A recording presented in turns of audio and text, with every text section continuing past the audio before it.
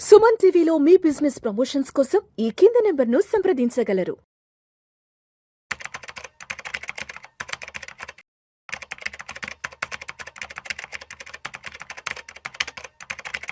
రామచంద్రమూర్తి గారు నమస్తే సార్. నమస్తే విష్ణు గారు.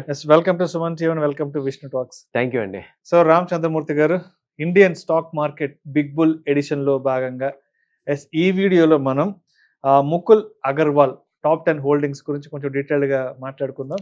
ఏంటి అసలు ముకుల్ అగర్వాల్ యొక్క పోర్ట్ఫోలియో డైవర్సిఫికేషన్ ఎలా ఉంటుంది, ఆయన ఇన్వెస్ట్మెంట్ స్టైల్ ఎలా ఉంటుంది, ఇన్వెస్ట్మెంట్ స్ట్రాటజీ ఎలా ఉంటుంది, ఒక్కసారి ఆయన హోల్డింగ్స్ గురించి డీటెయిల్ గా చెప్పండి. అసలు తప్పకుండా సార్. ముందు అసలు ఈయన ముకుల్ అగర్వాల్ గారు ఎప్పుడు వచ్చారు, అసలు ఆయన ఇన్వెస్ట్ ఎప్పటి నుంచి ఏంటని చూస్తే ఆయన లేట్ 90s లో మార్కెట్లో ఎంటర్ అయ్యారు. అంటే 95, 97 ఆఫ్టర్ 95, 97, 98 ఆ టైంకి. సో ఇప్పుడు దాదాపు 30 years ఎక్స్పీరియన్స్ ఆయనకు ఉంది. అయితే ఆయన ఇన్వెస్ట్మెంట్ స్టైల్ వచ్చి అగ్రెసివ్ ఇన్వెస్ట్మెంట్, అలాగే ప్రాపర్ అనాలిసిస్ తర్వాత ఇన్వెస్ట్ చేస్తారు ఆయన. సో కాకపోతే ఈయన కూడా ఏంటి ట్రేడింగ్ కూడా చేస్తారు. ఈయన 2 పోర్ట్ఫోలియోస్, ట్రేడింగ్ ఇన్వెస్ట్మెంట్ సెపరేట్ పెట్టుకున్నారు. ఈయన నుంచి తెలుసుకోవాల్సింది ఏంటంటే మనం ట్రేడింగ్ చేసే అకౌంట్ సెపరేట్, అలాగే ఇన్వెస్ట్మెంట్ సెపరేట్ పెట్టుకుంటే మనకి గ్రోత్ వస్తుంది. ప్రెసెంట్ ఆయన 2300 crores నెట్వర్త్ ఉంది. సో దానిలో టాప్ 10 కంపెనీస్ ఏమున్నాయని చూసుకుంటే, first intellect design arena intellect company, దానిలో 156 కోట్లు ఇన్వెస్ట్మెంట్. 156 కోట్లు ఇంటలెక్ట్ ఎరీనాలో. అవునండి. అలాగే పీడిఎస్ లిమిటెడ్ లో 123 crores ఆయనకు ఉంది ఇన్వెస్ట్మెంట్. తర్వాత రేమండ్ మన ఎప్పటి నుంచో తెలిసిన కంపెనీ, చూస్తున్నాం. 114 కోట్లు దానిలో ఇన్వెస్ట్ చేశారు. ఆ తర్వాత ఆల్కార్గో లాజిస్టిక్స్ లిమిటెడ్ 112 crores 112 కోట్లు దానిలో పెట్టారు. అలాగే రాడికో ఖైతాన్ 109 కోట్లు దానిలో ఇన్వెస్ట్ చేశారు. తర్వాత EKI energy services limited 101 crores. అలాగే గతి లిమిటెడ్ దానిలో 97 crores. ఇన్ఫోబీమ్ టెక్నాలజీస్ లిమిటెడ్ దీనిలో 90 crores.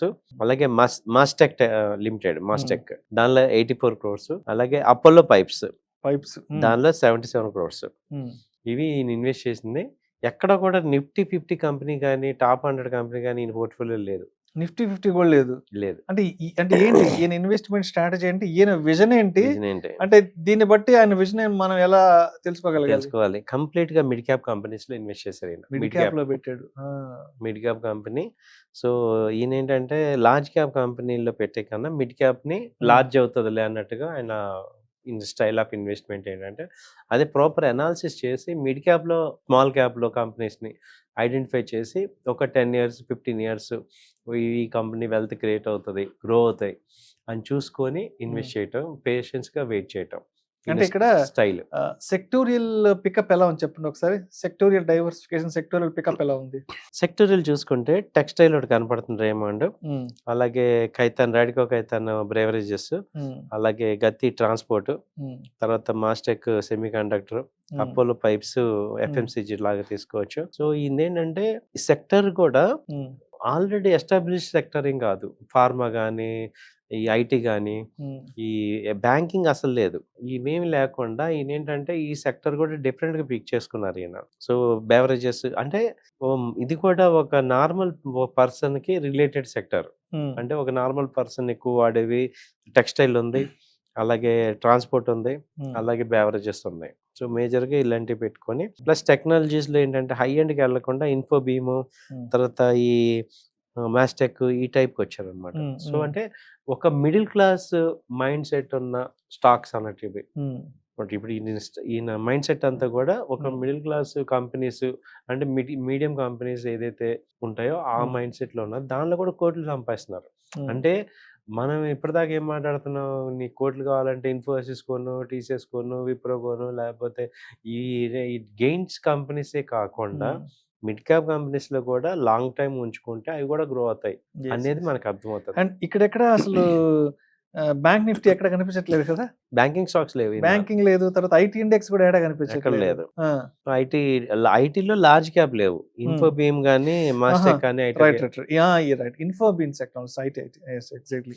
So large cap companies ఏమి లేవు దానిలో. సో ఐటీ సెక్టర్ లో కొంత ఎక్స్పోజర్ ఉంది, కానీ బ్యాంకింగ్, ఫైనాన్స్, ఆటోమొబైల్ లేదు. ఆటోమొబైల్ కూడా ఎక్కడ కనిపించట్లేదు. ఏవియేషన్ కానీ, అంటే టాప్ 10 కంపెనీస్ లో లేవు దానిలో.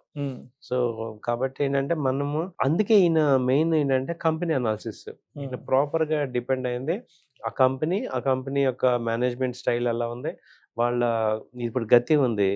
అదేం Hmm. Transport company. సో, అసలు మేనేజ్మెంట్ స్టైల్ ఎలా ఉంది, లాంగ్ రన్‌లో ఎలా ఇన్వెస్ట్ చేస్తున్నారు, వాళ్ళు ఎలా గ్రో అవుతున్నారు, దీని మీద ఎక్కువ ఫోకస్ చేస్తున్నారు. Hmm. కాబట్టి మనం కంపెనీ మిడ్ క్యాప్ కంపెనీస్‌లో దీన్ని బట్టి అర్థం చేసుకోవాల్సిందేంటంటే, మనం బాగా అనాలిసిస్ చేయగలగాలి. వీళ్ళెలా ఉన్నారు, Hmm. వీళ్ళ యొక్క గ్రోత్ ఎలా ఉంది, సైజ్ ఎలా ఉంది, నెక్స్ట్ గ్రోయింగ్ స్టేజ్‌లో ఉందా లేదా, ఇవన్నీ చేసుకుంటే గానీ దీనిలో ఇన్వెస్ట్ చేయకూడదు. Right sir. Thank you sir. Thank you so much Ramachandramurthy గారు. థ్యాంక్ యూ అండి. నమస్తే అండి.